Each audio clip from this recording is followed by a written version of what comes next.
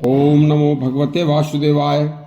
आज का जो प्रसंग है वह 14 जनवरी मकर संक्रांति जो एक महापर्व आ रहा है, वह अति उत्तम हमारा एक ऐसा त्योहार है, एक ऐसा पर्व है जो मनुष्य को हर तरह से लाभकारी होता है। सुनिए, उसके ऊपर ही यह आज पूरा विशेषांक है।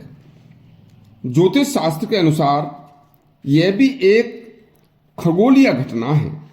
मकर संक्रांति का अर्थ है सूर्य का एक राशि से दूसरी राशि में प्रवेश करना। वैसे पूरे वर्ष में 12 संक्रांति होती हैं, लेकिन मकर संक्रांति का महत्व सबसे अधिक है। इस दिन सूर्य धनु राशि से निकलकर मकर राशि में प्रवेश करते हैं। मकर राशि के स्वामी शनिदेव हैं, जो सूर्य के पुत्र हैं। 14 जनवरी को सूर्य व शनि का पिता पुत्र का मिलन हो रहा है। जब 14-15 जनवरी में पृथ्वी पर ठंडी हवाएं चलती हैं, तब सूर्य दक्षिणायन से उत्तरायण की तरफ बढ़ते हैं। इस पर्व पर खिचड़ी, गुड़, तिल, बाजरा आदि दान करने व खाने की प्राचीन परंपरा है। तो मौसम के अनुसार इस समय ठंड बहुत ज्यादा होती है, तो ठंड में अंदरूनी गर्मी, इम्यूनिटी क्षमता बढ़ाने के लिए गुड़, तिल, बाजरा, चावल की खिचड़ी खाई जाती है। तिल में भारी मात्रा में तेल व प्रोटीन होता है और गुड़ में भारी मात्रा में कार्बोहाइड्रेट होता है। बाजरा व चावल की खिचड़ी बहुत पौष्टिक होती है, जिससे शरीर को ऊर्जा मिलती है।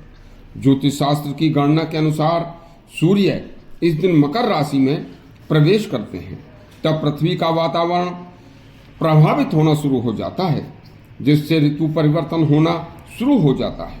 शास्त्रों में आया है कि मकर संक्रांति के दिन ही मां गंगा स्वर्ग से धरती पर आई थी और राजा सागर के 60,000 पुत्रों को मुक्ति देती हुई सागर में मिली थी। इस उत्तरायण को देवताओं का दिन भी कहा जाता है। यह दिन आत्म साक्षात्कार का, ध्यान, जप, पूजा और संकल्प सिद्धि के लिए सर्वोत्तम माना गया है। इस दिन गरीबों को दान में खिचड़ी, तिल, गुड़, अन्न, गर्म कपड़े, कंबल आदि दान करने की एक प्राचीन परंपरा है, जिससे बड़ा पुण्य लाभ होता है। इस समय मनुष्य को अपना अहंकार त्याग कर धर्म कार्य करने से उत्तम पुण्य की प्राप्ति होती है। बहुत से लोग बेवकूफ़ी में केवल पतंग उड़ाते हैं, जो बिल्कुल बेवकूफ़ी भरा कार्य है। बहुत से लोग अपने अपने घरों में अनेक पकवान बनाकर स्वयं ही खाते हैं, कोई दान पुण्य नहीं करते। यह समय सूर्य के समान तेजस्वी बनने का, शनि की तरह अनुशासित रहने का और गुड़ की तरह मधुर मीठी वाणी बोलने का है तथा संकल्प सिद्धि का समय है। यह परिवर्तन सृष्टि का नियम है।